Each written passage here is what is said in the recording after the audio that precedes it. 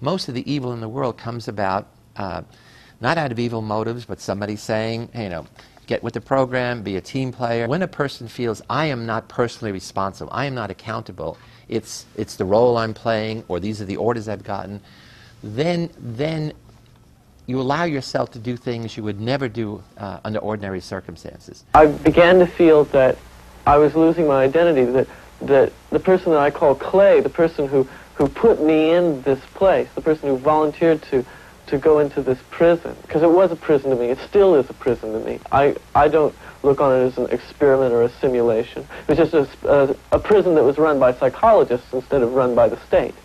I had really thought that I was incapable of this kind of behavior. I was surprised, no, I was dismayed to find out that I could really be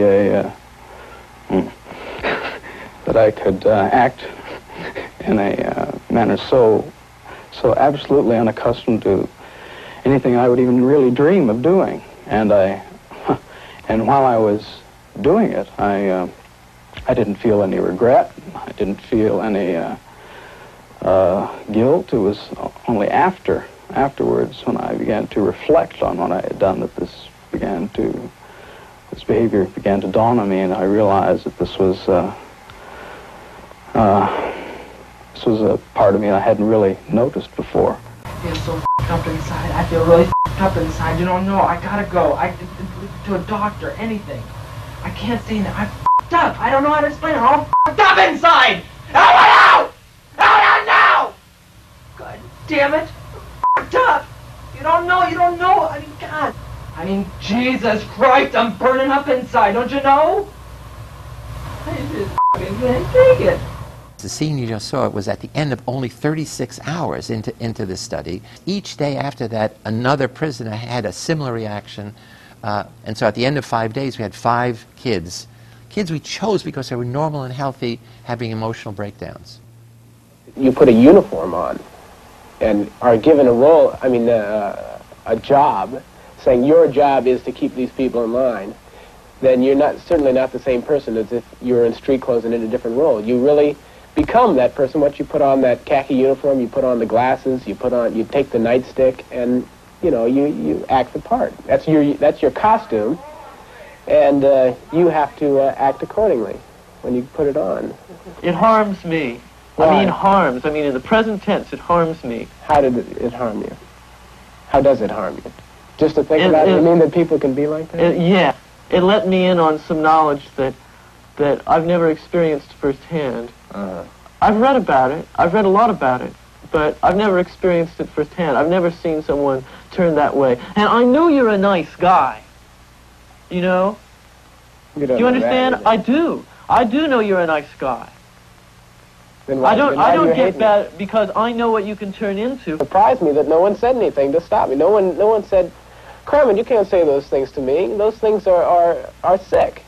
Nobody said that. They just accepted what I said. I said, go tell that man to the face he's the scum of the earth, and they'd do it without question. They'd do push-ups without question. They'd sit in the hole. They'd abuse each other. And here they're supposed to have they're supposed to be together as a unit in jail, but here they're abusing each other because I requested them to, and no one questioned my authority at all. And it really shocked me. And why didn't people, when I started to abuse people so much, I started to get so profane that, and still people didn't say anything. Prisoner 819 did a bad thing. Prisoner 819 did a bad thing. Prisoner 819 did a bad thing. Prisoner 819 did a bad thing. As soon as I realized that 819 could hear this, I rushed to the room where I had left him.